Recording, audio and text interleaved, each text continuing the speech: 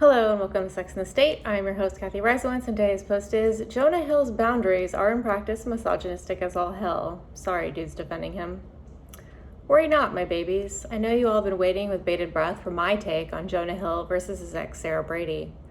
I come to you today to deliver. In sum, Jonah Hill telling Sarah Brady that not working with or being friends with other men is misogynistic in impact, if not intent. Now, I can just hear you crying out loud to your screen right now. Really, you're saying? Marginalized Americans have to live with the reality of biased, violent, unaccountable policing every single day of their lives, and you can't write about it for 9 posts in a row? Yes. I need a breaky break. Shit's enraging and depressing. It's often quite bewildering as well, which means it takes a lot of mental energy to just try to make some semblance of sense out of it. Thus, I am still tired. I'm writing about this bit of celebrity gossip for 3 reasons. First, as of late, Sex and the State has had too little of the sex and too much of the state for my taste. Second, celebrity gossip is fun. Yes, celebrity gossip is stupid. It's patently obvious that no one outside Sarah Brady's friends and family would care that she's shit-talking her ex online if that ex were not film star Jonah Hill. And there's no real reason to care whether or to what extent Jonah Hill was a bad boyfriend, except that we're a social species wired to connect, which means most of us don't view other humans purely instrumentally. It's not really in our nature to watch one of us perform super well at sports or acting or even punditry, and then just leave it there as if they were a robot performing a task. We get invested in these people as people. We care about a person in any way, and then suddenly, while we're gossiping to our friends and family about other friends and family, they come up as if they're in that category because they have entered our circle of concern. Celebrity gossip is also fun because we can talk about it with a wider range of people than our actual friends and family. There are a lot more people who are going to know at least vaguely what I'm talking about if I give Twitter my opinion on Jonah Hill than if I opine on one of my sister's life choices. The third reason I'm writing about celebrity gossip is that it's actually useful in at least one way. It's a Rorschach test. I think that how a person interprets Jonah Hill versus Sarah Brady tells me something useful about them as a person. So without further ado, let me tell you a little bit me as a person with the help of this tidbit of stupid celebrity gossip. Sarah Brady shared a text wherein Jonah Hill said he can't continue to date her if she surfs with men and or posts photos of herself wearing a bathing suit. A lot of the discourse is on whether this text represents controlling behavior or abuse, or whether it's merely an instance of one partner setting appropriate boundaries. Here's my take. The fact is that refusing to work with or be friends with men will tremendously disadvantage the vast majority of women. Why? Well, we've done a pretty decent job on this here newsletter chronicling the fact that the bottoms of most hierarchies are full of men. But let us not forget that most people at the tops of most hierarchies also have penises. And guess how most people move up in their chosen fields most of the time? Merit? My sweet summer child. To an extent, sure, but most people most of the time move up in the world based on who they know. And when most people at the top are men, if you don't know men, you're probably not getting to the top.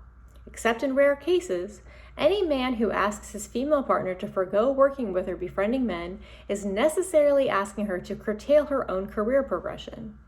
Rather than try to facilitate her success, he's forcing her to forgo it to be with him, and thereby implementing a totally unnecessary ultimatum whose only purpose is to alleviate his own insecurity and misplaced anxiety. Any man who does that, my babies, is kind of a pathetic piece of shit. Now, can a man be kind of a pathetic piece of shit but not be abusive? Maybe.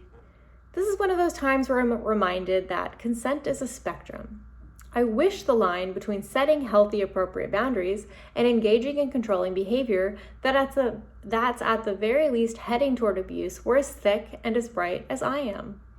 But like most things, in real life, it's highly contextual. For example, let's say Sarah Brady had attended Southern Baptist church services 3 times a week, plus camps and long weekends, like I did as a child. Let's say she hadn't divorced, met a scientist, deconstructed her faith, and become a literal whore as an adult. In all likelihood, she'd be married, first of all. And second, her husband wouldn't have had to ask her not to work with or be friends with men or post photos of herself in a bathing suit. She'd have heard that message loud and clear since childhood. Is that an instance of healthy, appropriate boundaries? I mean, I'm a sex-positive feminist, polyamorous former whore. As you may have guessed, I do not personally think so, no. However, is it on its own abusive? I mean, kind of. Who am I to prevent grown adults from acting out whatever weird-ass gender roles they want? However, complete consent requires everyone to go into the exchange with roughly equal power, infinite alternatives that are at least equally attractive, and all of the relevant information. But in real life, power is never perfectly equal, alternatives are quite limited, and no one can know everything that might help them make a decision. I would argue that it's really hard for women who grow up in systems that disempower women relative to men to meaningfully consent to those systems in adulthood, because women enter the negotiation with significantly less power than their negotiating partners. A woman who grows up hearing and believing that God gave men power over women enters every negotiation with a man on unequal footing power-wise.